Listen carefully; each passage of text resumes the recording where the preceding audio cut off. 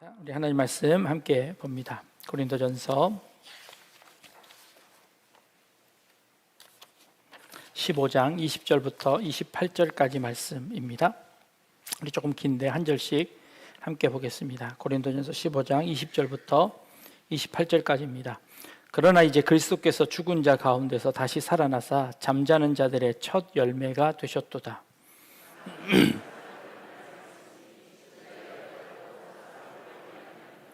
아담 안에서 모든 사람이 죽은 것 같이 그리스도 안에서 모든 사람이 삶을 얻으리라.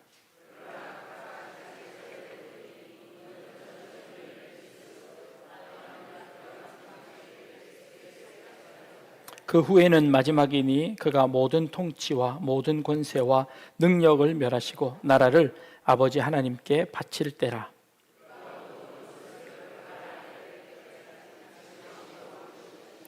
맨 나중에 멸망받을 원수는 사망이니라.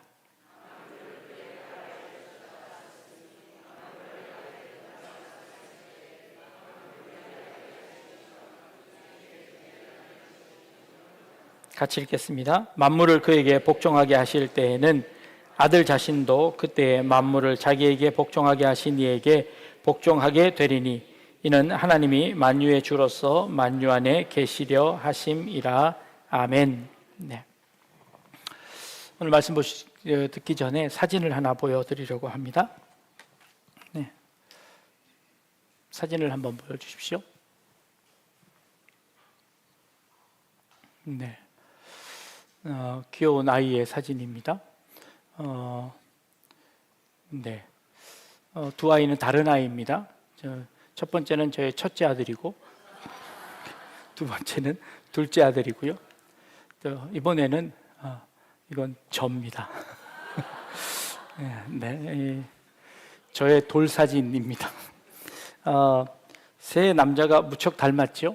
네, 참 신기합니다. 하나님께서 어떻게 이렇게 자녀들을 부모를 닮게 이렇게 비슷하게 하나님 창조하시는 것, 이렇게 만들어지는 것, 닮아서 태어나는 것 보면 이게 참 신기합니다. 사람은 부모의 모습과 습관과 기질까지도 닮습니다. 심지어 부모의 안 좋은 병증까지도 닮아서 태어납니다. 이게 DNA에 그 모든 정보들이 담겨 있어서 그 정보들이 이렇게 유전이 되는 겁니다. 이제 여러분 한번 생각해 보십시오. 그런데 우리의 몸은 그렇게 유전이 됩니다. 우리의 영혼은 어떻게 만들어질까요? 우리의 영혼은 부모님으로부터 유전을 받는 걸까요? 만약 유전을 받는다면 누구 쪽 유전을 받을까요? 우리의 영혼은 어머니, 아버지의 반쪽 50%씩 닮아서 우리의 영혼이 만들어지는 걸까요? 우리의 영혼은 하나님이 만드시는 것 아닐까요? 그렇다면 부모님과 상관없이 우리의 몸은 부모님에게 받지만 그러나 우리의 영혼은 하나님께서 만드셔서 우리에게 넣어주시는 것 아닐까요? 우리의 영혼의 기원은 어떻게 될까요? 이런 질문을 던졌습니다. 이 질문에 신학자들이 여러 가지 대답을 했는데 크게 한 세 가지의 영혼 기원의 설이 있습니다. 첫 번째 설은요, 지금 설명했던 것처럼 영혼 유전설입니다. 자녀가 부모를 닮는 것처럼 그 영혼도 그 부모에 의해서 만들어진다라고 주장하는 겁니다. 그런데 그렇게 주장을 해놓고 나니 문제가 생깁니다. 아니, 영혼을 사람이 만든단 말이에요? 인간이 영혼은 하나님께서 만드시는 것 아닙니까? 그런데 그 영혼마저도 사람에 의해서 만들어진다면 그 사람에 의해 만들어진 그 영혼은 하나님의 창조가 아니지 않겠습니까? 그리고 죽은 다음에 부활한 다음에 그 영혼이 돌아간다는 것도 우리가 믿을 수 없습니다 라고 이야기하는 겁니다. 그래서 문제들이 있습니다. 그리고 성경이 이것을 지원하지 않습니다. 그래서 다른 학자들은 그 다음에 두 번째로 영혼의 선제설을 주장합니다. 이것은 무엇인고 하니 하나님께서 천지를 창조하시고 인간을 만드실 때 만세 전에 우리를 택하셨다고 하셨는데, 그때 창조하실 때에 미리 태어날 모든 사람들의 영혼을 만들어 놓으셨다는 겁니다. 그리고 그 만들어 놓아진 영혼은 우리가 알 수 없는 저 하늘에 영혼이 있다가 이 땅에 사람이 태어날 때마다 하나님이 영혼 하나씩을 거기다가 이제 생명에다 이렇게 탁 불어 넣어 주신다는 거예요. 이게 영혼 선제설입니다. 이렇게 설명을 하고 나니 그 영혼은 도대체 어디 있는 걸까요? 천국에 있는 걸까요? 천국에 있던 영혼을 다시 돌려서 이 땅에 잠깐 살다가 다시 천국으로 올려 보내는 걸까요? 그렇다면 그 영혼은 언제쯤 우리에게 오는 걸까요? 정자와 난자가 만나서 탁 수정되는 그 순간에 들어오는 걸까요? 아니면 3개월쯤 되었을까요? 아니면 어머니 태중에서 출산하는 그때 하나님이 쏙 집어넣는 걸까요? 여러 가지 문제들이 발생하게 됩니다. 그렇다면 그 다음 나머지 세 번째 설은 영혼 창조설입니다. 하나님께서 아담에게 생기를 불어넣으셨던 것처럼 그 흙이 완성되면, 그 생명체가 완성되면 그때마다 하나님께서 그 몸에다가 영혼을 불어넣어 주신다는 영혼 창조설입니다. 근데 이렇게 설명해 놓고 나니 하나님의 창조가 그럼 지금까지도 계속되는 겁니까? 하나님이 너무 바쁘게 일하셔야 되는 것 아닙니까? 지금도 계속해서 하나님의 창조가 이루어지는 것은 아닙니까? 라는 문제가 생겨집니다. 그것보다 더 큰 문제는 이 문제입니다. 아담은 그가 죄를 지어서 그 죄 때문에 멸망하게 되고 그 아담의 죄 때문에 우리 모든 인류가 죄인이 되었는데, 하나님이 매번 영혼을 만들어 주신다면 그 만들 때마다 죄인으로 만드신 겁니까? 아니지 않습니까? 하나님이 의인으로 만드셔서 우리에게 넣어주셨을 텐데 그러면 우리는 죄인이 아니지 않습니까? 라고 하는 이런 문제가 생기게 되는 겁니다. 자, 이 세 개의 기원설 중에 여러분들은 어떤 것이 마음에 드십니까? 이 주장들 중에 정답은 아직 없습니다. 모든 견해들이 약점을 가지고 있습니다. 우리의 영혼이 어떻게 만들어지는지는 아직 신비입니다. 우리가 알 수 없습니다. 언제 알 수 있을까요? 천국 가시면 알 수 있게 됩니다. 천국 가서 하나님에게 물어보시면 됩니다. 그럼에도 불구하고 우리가 이 땅을 살아가면서 우리의 이 의문점들 중에 그래도 해결해야 되지 않을까요? 어떤 하나를 선택해야 되지 않을까요? 그 종교 개혁자들은 창조설에 조금 더 가까이 있는 것 같습니다. 우리 교단도 거기에 조금 더 가까이 있는 것 같습니다. 거기에 유전설까지도 조금 섞어서 이해가 되고 있는 것 같습니다. 자, 그렇다면 이제 대두되는 문제들이 너무나 많습니다. 그 단점들을, 그 문제들을 어떻게 해결해 나가는지를 조금 설명해 드리려고 합니다. 우리는 죄인입니다. 아담의 죄가 우리에게 유전되어서, 우리에게 연결되어서 우리는 아담 이후의 모든 인간은 죄인입니다. 그렇다면 우리의 영혼은 유전설로 인해서 그 아담의 그 영혼이 지금까지도 계속 연결되는 것 아닙니까? 라고 이해할 수 있습니다. 그래서 종교개혁자들은 이것을 이런 방법으로 우리에게 설명합니다. 아담의 죄가 마치 부모의 모습을 닮아서 태어나는 것처럼 그렇게 우리의 영혼이 유전되는 것이 아니라, 그 죄는 인간이라는 대표성을 가진 아담이 죄를 지었고, 그 인간이라고 하는 그 아담이 죄가 우리도 같은 인간으로서 죄인일 수밖에 없으니, 인간의 대표로서의 죄인, 그래서 그 죄는 우리도 역시 가지고 있으니 우리도 역시 죄인입니다 라고 하는 겁니다. 아담 때문에 우리가 죄인인 것이 아니라 아담이 죄인이니 우리도 역시 죄인입니다 라고 하는 대표성의 원리에서 그것을 우리는 죄인이라고 이야기하는 겁니다. 조금 더 설명을 드려야 됩니다. 그다음 죄라는 것은 무엇인가? 그 아담이 지었던 그 죄는 왜 죄를 지었고 그 죄는 왜 무엇이 문제가 되느냐 하는 이 문제가 되는 겁니다. 좀 더 다른 설명을 해야 합니다. 이 땅에는 선이 있고 악이 있습니다. 선을 대표하는 것은 당연히 하나님이실 겁니다. 악을 대표하는 것은 사탄일 겁니다. 이 세상에는 선이 있고 악이 있음을 우리는 봅니다. 때로는 이 선과 악이 대립해서 싸웁니다. 선과 악이 싸우면 누가 이기죠? 볼 때는 악이 이길 때가 참 많은 것 같습니다. 그런데 악이 이긴다고 하면 선이신 하나님이 악에게 진단 말입니까? 그건 말이 안 됩니다. 선이신 하나님이 늘 언제나 이기셔야만 합니다. 늘 언제나 그 하나님이 더 크신 분이십니다.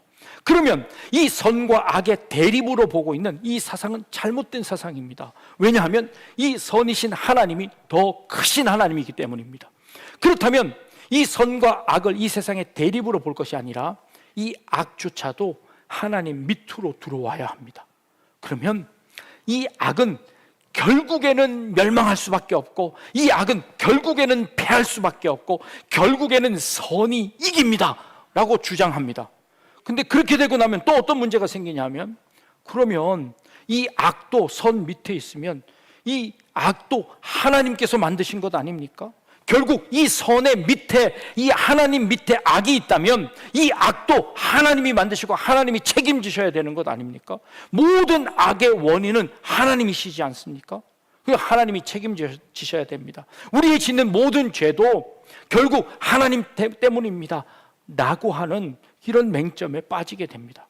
그러면 우리는 선과 악의 대립으로도 볼 수 없고, 그리고 선이 악과의 이 위계로도 볼 수 없습니다. 그러면 도대체 이 선과 악의 대립인 이 상황을, 공존하는 이 세상에 이 악을 어떻게 설명할 수 있을까요? 철학자 중에 신플라톤주의자라는 플로티누스라는 사람이 이렇게 주장을 합니다. 악이라는 것은 절대적으로 존재하는 악은 없습니다. 이 악은 선이 부족한 것이 악입니다 라고 이 악에 대한 새로운 설명을 우리에게 해 주었습니다. 악은 선의 결핍입니다. 선이 부족한 것이 악입니다. 10개의 선이 있다면 그 완전한 선 가운데 조금 부족하면 조금 부족한 만큼 그것이 악입니다 라고 주장하는 것이죠. 이 사상을 어거스틴이 받아들이면서 우리 기독교 안에 악이라는 것은 완전한 선이신 하나님의 그 하나님에게 대항하고 그 하나님에게 부족한 것, 그 모든 것이 악이구나, 어떤 악도 하나님을 대항할 수 없구나 라는 것으로 우리의 이 신앙을 설명하기 시작했습니다. 이렇게 설명해 놓고 나니 선과 악의 대립도 설명할 수 있고, 그리고 악의 원인자로서의 하나님을 설명해 낼 수 있기에 아주 좋은 설명이라고 여겨집니다. 자, 그렇게 설명해 놓고 나니 이 악과 죄의 문제가 설명이 되어져야 합니다. 선의 결핍으로서 악이 있다면 지금 이 모든 우리 인간들은 하나님처럼 완전하지 않습니다. 그러니 우리는 부족한 사람입니다. 악한 사람입니다. 그 악한 사람이 의도를 가지고 그 악을 저지른 것을 죄라고 정의하는 겁니다. 다시, 죄는 선과 악이 있는데 이 선과 악은 대립이 아니고, 그리고 이 위계상에 있는 것도 아니고, 선이 부족한 것이 악인데 이 모든 인간들은 어쩔 수 없이 악에 속할 수밖에 없습니다. 완전하지 않으니까요. 그 완전하지 않은 그 사람들이 의도를 가지고 그 악한 것을 선택할 때 우리는 그것을 죄라고 하는 것이고, 그 죄의 책임은 사망이고, 그 사망으로 인해서 이 모든 인간은 죽게 되는 것입니다. 그 선택이, 아담이 그 죄를 선택했고, 그 아담 이후의 모든 인간은 부족하니 죄인일 수밖에 없고, 그래서 인간의 모든 대표는 아담으로 인해서 모든 인간은 죄인입니다 라고 하는 설명이 이 지금 사도 바울이 이야기한 설명입니다. 제가 지금 어렵게 설명한 이 설명은 아담을 통해서 모든 인류가 죄인이 되었다고 하는 이 이론을 여러분들에게 설명드린 겁니다. 네. 이해 못하셔도 괜찮습니다.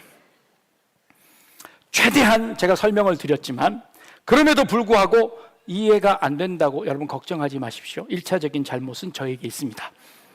낙심하지 마십시오. 그리고 그래도 이해가 안 된다면 하나님께서 여러분들을 거기까지만 허락하신 겁니다. 그러니까 여러분들의 구원에 하등의 지장이 없습니다. 이해하지 못하셔도 상관없습니다. 그럼에도 불구하고 저는 설명드려야 할 의무와 책임이 있기에 우리가 이해할 수 있는, 인간의 언어로서 설명할 수 있는 최대한의 부분을 설명해 드렸습니다. 들을 귀 있는 자는 들을지어다.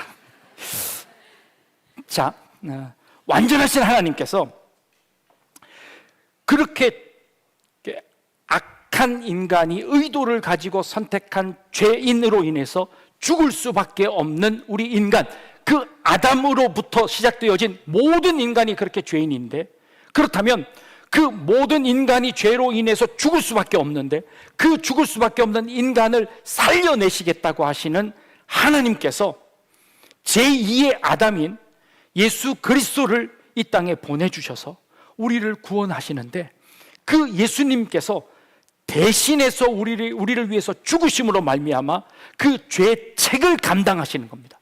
여기서 굉장히 중요한 단어가 하나 등장했는데, 그건 무엇이냐면 대속이라는 단어입니다. 어떤 종교에도 찾아볼 수 없는 최고의 고등 종교에서만 이 죄의 문제를 극복해낼 수 있는 방법으로 제시한 것이 대속이라는 것입니다. 완전에 이를 수 있다고 설명하는 어떤 종교에, 신의 경지에 달할 수 있다고 하는 어떤 종교들의 이야기하는 그것 같지 않게, 인간의 한계를 인정하며 그 인간의 한계 가운데 그 한계를 극복해낼 수 있는 방법으로서 제시하는 것이 이 사도 바울의 대속이라는 교리입니다. 이 대속은 우리는 완전하지 않기 때문에 악해서 그 악한 한계로 인하여 죄를 지을 수밖에 없는데, 그 죄로 인해 생겨진 죄책, 그 사망을 예수님께서 대신 지심으로 말미암아 그 사망을 이기시고 그 사망의 모든 것들을 대속해 주시고 우리에게 은혜로 말미암아 구원을 선물하셨다는 것, 이게 부활의 첫 열매가 되셨다는 그것을 우리에게 설명하고 있는 겁니다. 아주 독특한 교리이고 어떤 종교에서 찾아볼 수 없는 겁니다. 선의 결핍 상태에서 이룰 수밖에 없는 인간이 매번 악을 선택하는 우리들에게 그 선택에 대한 모든 책임을 예수 그리스도께서 지심으로 말미암아 우리에게 어떠한 책임도 지어주지 않아서 우리는 여전히 죄인이고 지극한 선에 이룰 수 없는 그런 한계 인간이지만, 그러나 그 한계의 모든 책임을 예수님께서 대신 져주심으로 말미암아 우리는 죄인이지만 의인으로 칭함받을 수 있는 이 은혜를 주시는 것, 이것이야말로 이 기독교에서 가장 강력하고 그리고 어떤 종교에서 찾아볼 수 없는 은혜의 교리일 뿐 아니라 우리의 신앙의 부활의 근거가 되는 그 믿음이라는 것입니다. 그것이 구원이라고 설명하는 것입니다. 사도 바울이 오늘 이 본문을 통해서 사망이 한 사람으로 말미암아 죽은 자의 부활도 한 사람으로 말미암는도다 라고 하는 이 말씀처럼 예수 그리스도가 우리를 대신하여 죽으심으로 말미암아 이제 우리는 그 지극한 선에 이룰 수 없는 우리의 인간의 한계를 알지만, 그리고 그 한계 가운데 아무리 노력해도 그 지극한 선에 다다를 수 없어서 늘 좌절하고 늘 절망하는 우리 인간이지만, 그럼에도 불구하고 우리의 선택의 모든 책임을 져주시는 하나님 예수 그리스도의 십자가의 은혜로 말미암아, 그리고 그 십자가에서 부활하신 예수 그리스도의 부활로 말미암아 우리는 그 소망을 가지게 됩니다. 여기에 부활이 없다고 한다면, 여기에 만약에 부활이 없다고 한다면, 이 고린도 교회 성도들처럼 부활이 없다고 믿는다면, 그러면 우리의 죄의 문제는 어떻게 해결하고 우리 인간의 모든 문제들은 어떻게 해결할 수 있단 말입니까? 이 세상에 어떤 종교도 그것을 설명해낼 수 있는 종교는 없습니다. 사도 바울이 오늘 그 설명을 우리에게 길게 해주시는 겁니다. 우리의 믿음의 근거가, 우리의 신앙의 근거가, 우리의 소망의 근거가 예수 그리스도의 부활 아래 있다는 것은 우리의 죄의 모든 문제, 우리의 이 땅에 있는 모든 악의 문제, 이 땅에 있는 모든 선의 결핍의 문제, 그 문제를 단번에 해결할 수 있는 부활이라는 이 강력한 은혜로 말미암아 우리가 소망을 가질 수 있다는 겁니다. 이해하지 못하셔도 괜찮습니다. 이거는 예수 그리스도가 우리에게 주시는 은혜입니다. 예수님의 부활이 나의 부활이고 예수님의 다시 살아나심이 나의 소망의 근거입니다. 그러기에 지금 내가 살아가고 있는 이 땅 가운데 여전히 문제가 있습니다. 내가 지금 살아가고 있는 가운데, 내 삶 가운데 여전히 아픔이 있습니다. 여전히 이해되지 않는 부분이 있습니다. 설명되지 않는 부분이 있습니다. 괜찮습니다. 예수 그리스도가 부활하셨기 때문입니다. 예수 그리스도가 다시 살아난다는 소망이 우리에게 있기 때문입니다. 그러기에 우리는 어떠한 어려움 가운데서도 저 천국을 소망합니다. 그리고 그 천국을 향하여 나아갑니다. 이게 우리의 신앙이고 우리의 믿음이고 우리의 고백입니다. 이 고백을 지금 사도 바울이 고린도 교회 성도들 가운데 하고 있습니다. 우리 약대조항교에 속한 모든 성도님들의 고백이길 원합니다. 그리고 그 소망이 여러분들 가운데 있기를 주님의 이름으로 축복합니다. 기도하겠습니다.